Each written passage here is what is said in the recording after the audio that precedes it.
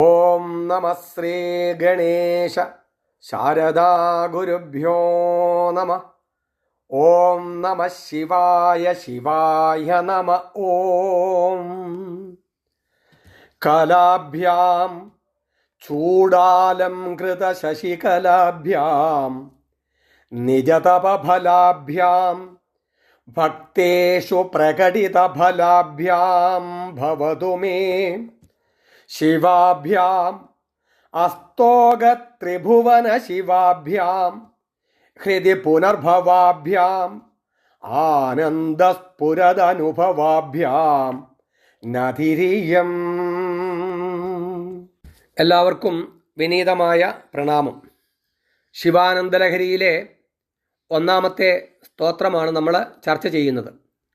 കലാഭ്യാം ചൂട അലംകൃത ശശികലാഭ്യാം ചേർത്തു പറയുമ്പോൾ ചൂടാലംകൃത ശശികലാഭ്യാം നിജ തപ ഫലാഭ്യാം നിജതപഫലാഭ്യാം ഭക്തേഷു പ്രകടിത ഫലാഭ്യാം ഭക്തേഷു പ്രകടിത ഫലാഭ്യാം ഭവതു മേ ശിവാഭ്യാം അസ്തോക ത്രിഭുവന ശിവാഭ്യാം ശിവാഭ്യാം അസ്തോക ത്രിഭുവന ശിവാഭ്യാം ഹൃദി പുനർഭവാഭ്യാം ഹൃദി പുനർഭവാഭ്യാം ആനന്ദ സ്ഫുരദനുഭവാഭ്യാം ഹൃദി പുനർഭവാഭ്യാം ആനന്ദ സ്ഫുരദനുഭവാഭ്യാം നതി ഇയം നതിരിയം. ഇത്രയുമാണ് ഒന്നാമത്തെ സ്തോത്രം. ഇവിടെ ഭ്യാം ഭ്യാം എന്നാണെല്ലാം അവസാനിക്കുന്നത്. മലയാളത്തിൽ സാധാരണ നമ്മൾ ഏകവചനം ബഹുവചനം ഇങ്ങനെയാണ് പഠിക്കാറുള്ളത്. ഒരാളിനെ സൂചിപ്പിക്കുന്നത് പലരെ സൂചിപ്പിക്കുന്നത്. സംസ്കൃതത്തിൽ ഏകവചനം ദ്വിവചനം ബഹുവചനം, ഒരാളെ സൂചിപ്പിക്കുന്നത് രണ്ടാളുകളെ സൂചിപ്പിക്കുന്നത് രണ്ടിലധികം ആൾക്കാരെ സൂചിപ്പിക്കുന്നത്. ഇവിടെ രണ്ടാളെ സൂചിപ്പിക്കുന്നതിനാണ് ഭ്യാം എന്ന് പ്രയോഗിക്കുക. അപ്പോൾ ഇവിടെ ശിവനും പാർവതിയും രണ്ടുപേരെയും കൂടി ചേർത്ത് സ്തുതിക്കുന്നു. അതുകൊണ്ട് ദ്വിവചന പ്രയോഗമാണ് ഈ ഭ്യാം എന്നുള്ളത്. പിന്നെ നമ്മളിതിൻ്റെ ലളിതമായ അർത്ഥത്തിലേക്ക് വരുമ്പോൾ കലാഭ്യാം കലാസ്വരൂപികളായ ഇരുവർക്കും ചൂട അലംകൃത ശശികലാഭ്യാം. ചൂടമെന്ന് പറഞ്ഞാൽ തല, ശശികലയെ തലയിൽ അലങ്കാരമാക്കിയിരിക്കുന്നവർ, അല്ലെങ്കിൽ ശശികല ആരുടെ തലയിലാണോ അലങ്കാരമായിരിക്കുന്നത് അവർക്ക് രണ്ടുപേർക്കും. നിജ തപഫലാഭ്യാം നിജ തൻ്റെ തപഫലമായിട്ട് തപസ്സിൻ്റെ ഫലമായിട്ട് രണ്ടുപേരും ചേർന്നിരിക്കുന്നു. അപ്പോൾ പരസ്പര തപസ്സിൻ്റെ ഫലമായിട്ടാണ് രണ്ടുപേരും ചേർന്നിരിക്കുന്നത് എന്ന് സാരം. ഭക്തേഷു പ്രകടിത ഫലാഭ്യാം ഭക്തന്മാരിൽ അവരുടെ ഫലത്തെ പ്രകാശിപ്പിച്ചു കൊടുക്കുന്ന രണ്ടുപേർക്കുമായി. ഭവതമേ എന്നുള്ളത് അവസാനം വരട്ടെ. ശിവാഭ്യാം ശിവനും ശിവയ്ക്കുമായി, ശിവനും ശിവയും രണ്ടും ഒരുപോലെ തന്നെ. ശിവാഭ്യാം അസ്തോക ത്രിഭുവന ശിവാഭ്യാം. സ്തോകം എന്ന് പറഞ്ഞാൽ അല്പം, അസ്തോകം എന്ന് പറഞ്ഞാൽ അനൽപ്പം അല്ലെങ്കിൽ ധാരാളം അല്ലെങ്കിൽ ബഹുവിധമായി. ത്രിഭുവന ശിവാഭ്യാം ത്രിഭുവനങ്ങൾക്കും, ശിവം എന്ന് പറഞ്ഞാൽ ശാന്തം, ശാന്തതയെ മംഗളത്തെ പ്രദാനം ചെയ്യുന്ന രണ്ടുപേർക്കുമായി. ഹൃദി പുനർഭവാഭ്യാം ഹൃദയത്തിൽ നിരന്തരം ഭവിക്കുന്നവർക്കായി, ആവിർഭവിക്കുന്നവർക്കായി. ആനന്ദസ്ഫുരദനുഭവാഭ്യാം ആനന്ദസ്ഫൂർത്തിയുടെ അനുഭവത്തെ പ്രകാശിപ്പിക്കുന്ന രണ്ടുപേർക്കുമായി, അതായത് പാർവതി പരമേശ്വരന്മാർക്കായി. മേ എൻ്റെ ഇയം നദി ഈ നമസ്കാരം. ഇവിടെ നദി ഇയം എന്നുള്ളതിനെ ഇയം നദി ഈ നമസ്കാരം ഭവതോ ഭവിക്കട്ടെ. നേരത്തെ പറഞ്ഞല്ലോ ഭവതുമേ, അതിനകത്താണ് ഈ ഇയം നദി കൂടെ ചേരേണ്ടുന്നത്. അതുകൊണ്ടാണ് ഇയം നദി ഈ നമസ്കാരം ഭവിക്കട്ടെ. അപ്പം കലാസ്വരൂപികളായിരിക്കുന്നവരും മൗലിയിൽ തിങ്കൾക്കല അണിഞ്ഞിരിക്കുന്നവരും പരസ്പര തപസ്സിൻ്റെ ഫലഭൂതരായുള്ളവരും ഭക്തന്മാരിൽ അഭീഷ്ടഫലങ്ങളെ പ്രകാശിപ്പിക്കുന്നവരും ധാരാളമായി അനൽപമായി ത്രിലോകത്തിനാകെയും മംഗളമരുളുന്നവരും ഭക്തന്മാരുടെ ഹൃദയത്തിൽ നിത്യനിരന്തരം പ്രകാശിക്കുന്നവരും സ്വയം ആനന്ദസ്ഫൂർത്തിയുടെ അനുഭവത്തെ സദാ പ്രകാശിപ്പിക്കുന്നവരുമായ പാർവതി പരമേശ്വരന്മാർക്ക് നമസ്കാരം. ഇതാണ് ഇതിൻ്റെ ലളിതമായ അർത്ഥം. ഇനിയും കുറേ കൂടി നമ്മൾ വിശദീകരിച്ചു കഴിഞ്ഞാൽ ഇവിടെ ആചാര്യൻ തുടങ്ങുന്നത് കല എന്ന പദം പ്രയോഗിച്ചുകൊണ്ടാണ്. ഇതിൽ ക എന്ന അക്ഷരം ശിവനെയും ല എന്ന അക്ഷരം ശക്തിയെയും സൂചിപ്പിക്കുന്നു. അങ്ങനെ ശിവശക്തി സമ്മേളിതമായിരിക്കുന്ന അവസ്ഥയാണ് കലാഭ്യാം എന്ന ആ പദം കൊണ്ട് മന്ത്രം കൊണ്ട് സൂചിപ്പിക്കുന്നത് എന്ന് സാരം. ചന്ദ്രനിലെ പ്രഭ പോലെ, അഗ്നിയിലെ പ്രകാശം പോലെ, ജലത്തിലെ ശീതളിമ പോലെ, പഞ്ചസാരയിലെ മധുരം പോലെ ഇവയെ വേർതിരിക്കാൻ പറ്റുന്നതല്ല. അവ പരസ്പരം ഒന്നായി തന്നെ ഇരിക്കുന്നതാണ്. അതുപോലെ ശിവനും ശക്തിയും രണ്ടായി ഇരിക്കുന്നില്ല ഒരിക്കലും, അത് ഒന്നായിട്ട് തന്നെ ഇരിക്കുന്നതാണ്. അതുകൊണ്ട് ബ്രഹ്മവും ബ്രഹ്മശക്തിയും വിഭിന്നമായിട്ട് കാണുന്നില്ല അദ്വൈത സിദ്ധാന്തത്തിൽ എന്ന് സാരം. ഇനിയും ഇവിടെ ക എന്ന് പറഞ്ഞു കഴിഞ്ഞാൽ ബോധം, ല എന്ന് പറഞ്ഞു കഴിഞ്ഞാൽ ശക്തിയുടെ വിലാസങ്ങൾ, നമ്മൾ അനുഭവിക്കുന്നത് ശക്തിയുടെ വിലാസങ്ങളാണ്. ബോധമുണ്ടോ എല്ലാവിധമായ പ്രാപഞ്ചിക അനുഭവങ്ങളുമുണ്ട്. ബോധമില്ലയോ ഒരനുഭവമില്ല. അപ്പോൾ ബോധവും പ്രാപഞ്ചിക വിഷയങ്ങളും കൂടി ചേരുന്നതാണ് നമ്മുടെ ജീവിതം. അതിൽ ക ബോധമാണെങ്കിൽ ല ശക്തിയുടെ നടനമാണ്. ഇനിയും മറ്റൊരർത്ഥം എടുത്തു കഴിഞ്ഞാൽ കാണപ്പെടുന്നതെല്ലാം ബ്രഹ്മമാണ്. പുരുഷസൂക്തത്തിൽ നമ്മൾ പഠിച്ചിരുന്നു പാദോ അസ്യ വിശ്വാഭൂതാനി ത്രിപാദസ്യ അമൃതം ദിവി. 3 പാദം കൊണ്ട് അമൃതാത്മകമായി വർത്തിക്കുമ്പോൾ ഒരു പാദം കൊണ്ടാണ്, അല്ലെങ്കിൽ ഒരു ഭാഗം കൊണ്ടാണ്, ഒരു കല കൊണ്ടാണ്, ഒരംശം കൊണ്ടാണ് ഈ പ്രപഞ്ചമായിട്ട് പരിണമിച്ചിരിക്കുന്നത്. അങ്ങനെ ആ ഒരു അംശത്തെ ആകാം ഇവിടെ കല എന്ന് സൂചിപ്പിക്കുന്നത് എന്നും പറയുന്നു. അപ്പോൾ അതുകൊണ്ട് കലാഭ്യ. ഇനിയും സകല കലകളുടെയും ഇരിപ്പിടം ഇവരിൽ തന്നെയാണ്. അതുകൊണ്ട് കലാഭ്യ. എല്ലാ വിദ്യകളുടെയും സ്വരൂപമായിരിക്കുന്നത് ഇവർ തന്നെയാണ്. അതുകൊണ്ട് ഈ കലാഭ്യാം എന്ന പദം. അടുത്തത് ചൂട അലംകൃത ശശികലാഭ്യ. ചന്ദ്രക്കലയെ ചൂടത്തിന് അലങ്കാരമാക്കിയിരിക്കുന്നു. ചൂടമെന്ന് പറഞ്ഞാൽ തല. അപ്പം ശിരോഭൂഷണമായി ചന്ദ്രക്കലയെ ധാരണം ചെയ്തിരിക്കുന്നു. ചന്ദ്രൻ നമ്മുടെ മനസ്സിൻ്റെ പ്രതീകമാണ്. ചന്ദ്രക്കല അഭിവൃദ്ധി പ്രാപിക്കുന്നു, അതുപോലെ ക്ഷയിക്കുകയും ചെയ്യുന്നു. അമാവാസിയും പൂർണ്ണചന്ദ്രനും ഉണ്ടാകുന്നു. ഇതൊക്കെ നമുക്ക് അനുഭവത്തിലുള്ളതാണ്. നമ്മുടെ മനസ്സിൻ്റെ അവസ്ഥയും അങ്ങനെയാണ്. കലകൾ ക്ഷയിക്കുകയും അഭിവൃദ്ധി പ്രാപിക്കുകയും ചെയ്യുന്നുണ്ട് നമ്മുടെ മനസ്സിൻ്റെയും. പക്ഷെ ഇവിടെ ചന്ദ്രൻ്റെ പ്രത്യേകത, ചന്ദ്രൻ ശീതകാരകനാണ്. നമ്മൾ അനുഭവിച്ചു കൊണ്ടിരിക്കുന്നത് താപത്രയങ്ങൾ ഉഷ്ണകാരകത്വമാണ്. അതിന് ശമിപ്പിച്ച് ശാന്തതയാകുന്ന ശീതളിമയെ തരുന്നവരാണ് ഇവർ രണ്ടുപേരും.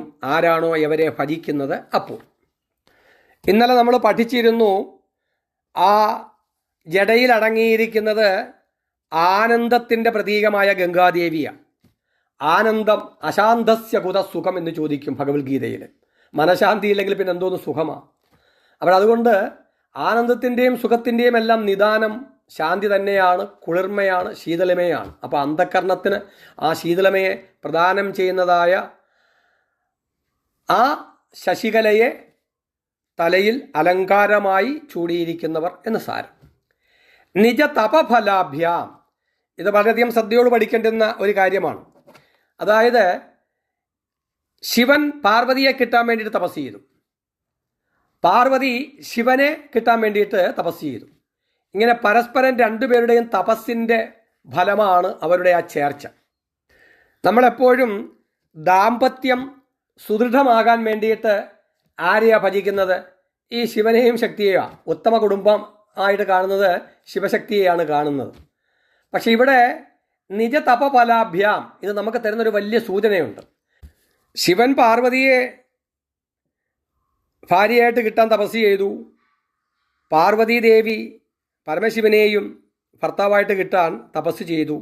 അങ്ങനെ രണ്ടുപേരുടെയും ആ തപസ്സിൻ്റെ ഫലമാണ് അവരുടെ ആ സുദൃഢമായിരിക്കുന്ന ദാമ്പത്യം എന്ന് സാരം. നമ്മൾ തപസ് ചെയ്യുന്നത് എന്തിനു വേണ്ടിയാ? തപസ് എന്ന വാക്കിൻ്റെ അർത്ഥം തന്നെ ത്യാഗം എന്ന. ന യജ്ഞേന പ്രജയാ ധനേന ത്യാഗേനൈകം അമൃതത്വമാനശു എന്ന പറയുക. അതായത് ന യജ്ഞേന വലിയ യജ്ഞങ്ങൾ കൊണ്ടോ, പ്രജയ നല്ല സത്സന്താനങ്ങളെ കൊണ്ടോ, ധനേന ഒരുപാട് ധനമുള്ളത് കൊണ്ടോ, ന യജ്ഞേന പ്രജയാ ധനേന ത്യാഗേനൈകം ത്യാഗം ഒന്നുകൊണ്ട് മാത്രമാണ് അമൃതത്വമാനശു സന്തോഷമുണ്ടാകത്തുള്ളൂ, ആനന്ദമുണ്ടാകത്തുള്ളൂ എന്നാണ്. അപ്പം ത്യജിക്കാൻ വേണ്ടിയിട്ട് നമ്മൾ കരുത്തരാകണം. നമ്മുടെ പല സ്വാർത്ഥതകളെയും ത്യജിക്കുമ്പോഴാണ് നമുക്ക് ദാമ്പത്യം അവിടെ ദൃഢമാകുന്നത്. ഭാര്യയുടേതായ പല സ്വാർത്ഥതകളെയും ഭർത്താവിൻ്റെതായ സ്വാർത്ഥതകളെയും എവിടെയാണോ ത്യജിക്കുന്നത് അവിടെയാണ് തപസ്സുണ്ടാകുന്നത്. എവിടെയാണോ അവിടെയാണ് ദാമ്പത്യം സുദൃഢമാകുന്നത് എന്ന് സാരം. അതായത് ത്യാഗത്തിൻ്റെയും സഹനതയുടെയും അടിത്തറയിലാണ് ദാമ്പത്യം എന്ന് പറയുന്നതായ കൊട്ടാരം നിൽക്കുന്നത് എന്ന് സാരം.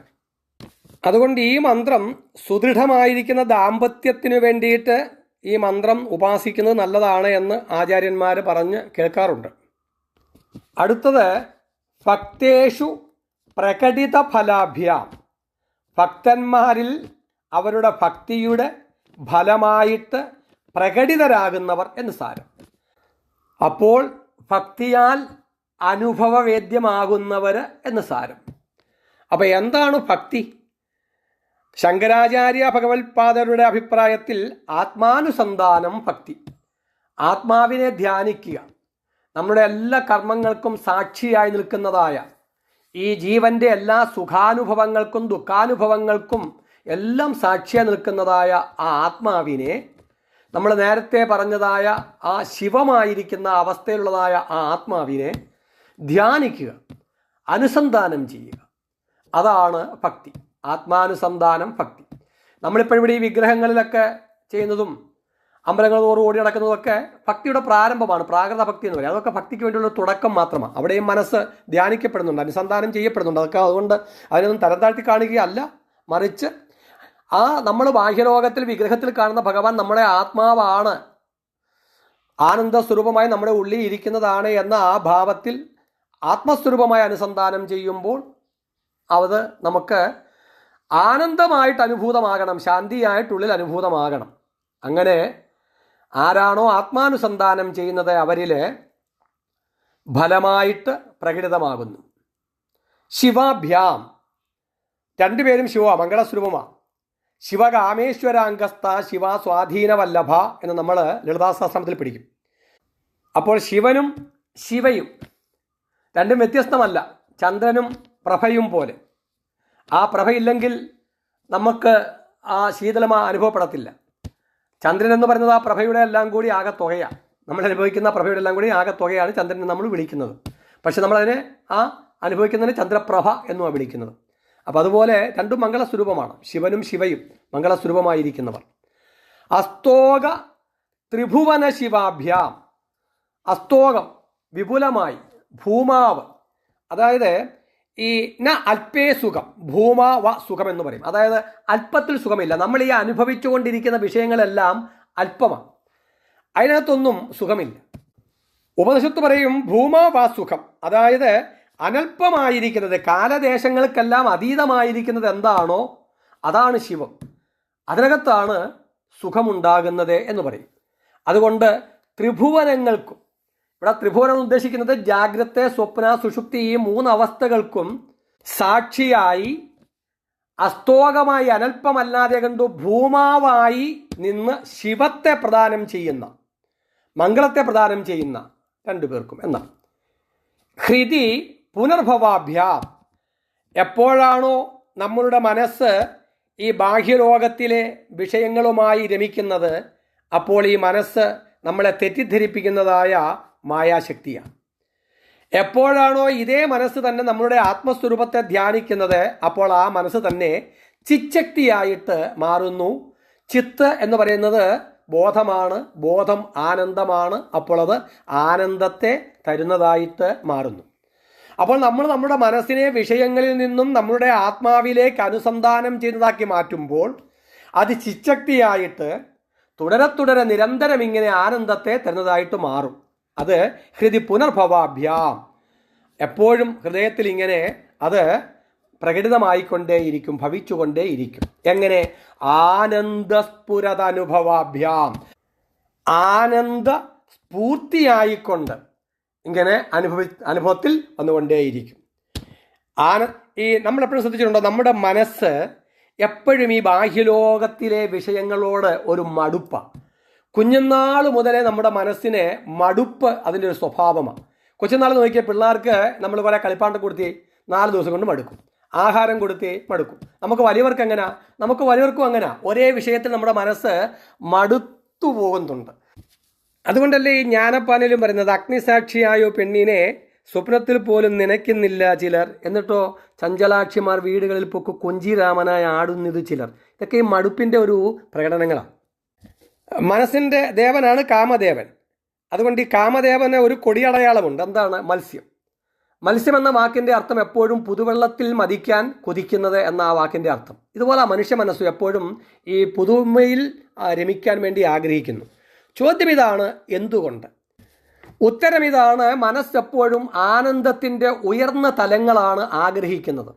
അത് ഓരോ വിഷയങ്ങളിൽ കിട്ടും എന്ന് ഭ്രമിച്ച് അതിനെ പ്രാപിക്കാൻ വേണ്ടി ശ്രമിക്കുന്നു, പ്രാപിക്കുന്നു, പക്ഷേ കിട്ടാതെ കണ്ട് മടുത്തു പിൻവാങ്ങുന്നു. ഇതാണ് അതിൻ്റെ സാരം. ഇനിയും എവിടെയാണ് ഇതിൻ്റെ ഒരു അവസാനം? അവസാനം പറയുന്നത് ഇങ്ങനെയാണ്: മനസ്സിനെ അന്തർമുഖമാക്കുക, എന്നിട്ട് ചിത്തായ ആത്മാവിലേക്ക് തിരിച്ചുവിടണം. അപ്പോൾ മനസ്സ് ചിച്ചക്തിയായിട്ട് മാറും. അപ്പോൾ ശാന്തിയും ആനന്ദവും അനുഭവ സ്വരൂപമായിട്ട് മാറും. അതുകൊണ്ട് ശ്രുതി പറയുന്നു, മനസാ ഏവം ഇതമാപ്തവ്യം. മനസ്സിനെ കൊണ്ട് തന്നെയാണ് ഇത് പ്രാപിക്കേണ്ടുന്നത്. അവസാനം ആ മനസ്സല്ലാതെ കണ്ടായി മാറുന്നു. ആ മനസ്സ് ചിച്ചക്തിയായി ആനന്ദവും ശാന്തിയും സ്വരൂപമായിട്ട് തന്നെ വിളങ്ങുകയാണ് ചെയ്യുന്നത്. ഇതാണ് ആനന്ദ സ്ഫൂർത്തീകരണം. ഈ ആനന്ദ സ്ഫൂർത്തീകരണത്തിലാണ് പൂർണ്ണകാമനാകുന്നത്. ഈ ആനന്ദ സ്ഫൂർത്തീകരണമുണ്ടായി പൂർണ്ണകാമനായി കഴിഞ്ഞാൽ പിന്നെ നദി പൂർണ്ണമായി അതിലങ്ങ് ലയിച്ച് ചേരുകയാണ്, സമർപ്പണം ചെയ്യുകയാണ്. ഇവിടെ നമസ്കാരം എന്നാണ്. നദി എന്ന വാക്കിൻ്റെ അർത്ഥം നമസ്കാരം. ഇയം നമസ്കാരം, ഇപ്രകാരമുള്ള ഒരു നമസ്കാരം മേ ഭവതു, എന്നിൽ സംഭവിക്കട്ടെ. ഇപ്പം നമ്മൾ ചുമ്മാതെ കണ്ട് കൈകൊണ്ട് കൂപ്പിയിട്ട് ഇങ്ങനെ നമസ്തേ നമസ്തേ എന്ന് പറയുന്ന നമസ്കാരമല്ല. ഇവിടെ ഉദ്ദേശിക്കുന്ന നമസ്കാരം അതല്ല. ആനന്ദ സ്ഫൂർത്തീകരണമുണ്ടായി താൻ ആ ആനന്ദ സ്വരൂപമായി മാറിക്കഴിയുമ്പോൾ താൻ അതിനകത്തങ്ങ് ലയിച്ച് അങ്ങ് ഞാൻ ഇല്ലാതെ കണ്ടാകട്ടെ. അവിടെ ഞാൻ ഇല്ലാതെ കണ്ടാകുന്ന ഒരവസ്ഥ, ഞാനെന്നതായ ആ തോന്നൽ, ആനന്ദ ചിന്മയ ഹരേ ഗോപികാ രമണ, ഞാനെന്ന ഭാവം അത് തോന്നായിക വേണം. തോന്നുന്നതായിൽ അഖിലം ഞാനിതെന്ന വഴി തോന്നണമേ വരുന്ന നാരായണ എന്നും. അങ്ങനെ ആ ഞാൻ ഇല്ലാതെ അതായിത്തീരുന്ന നമസ്കാരം. ആനന്ദസ്ഫൂർത്തിയിൽ താൻ ആനന്ദ സ്വരൂപമായി തീർന്ന് ഞാൻ ഇല്ലാതെ കണ്ടാകുന്നതായ ഒരു നമസ്കാരം.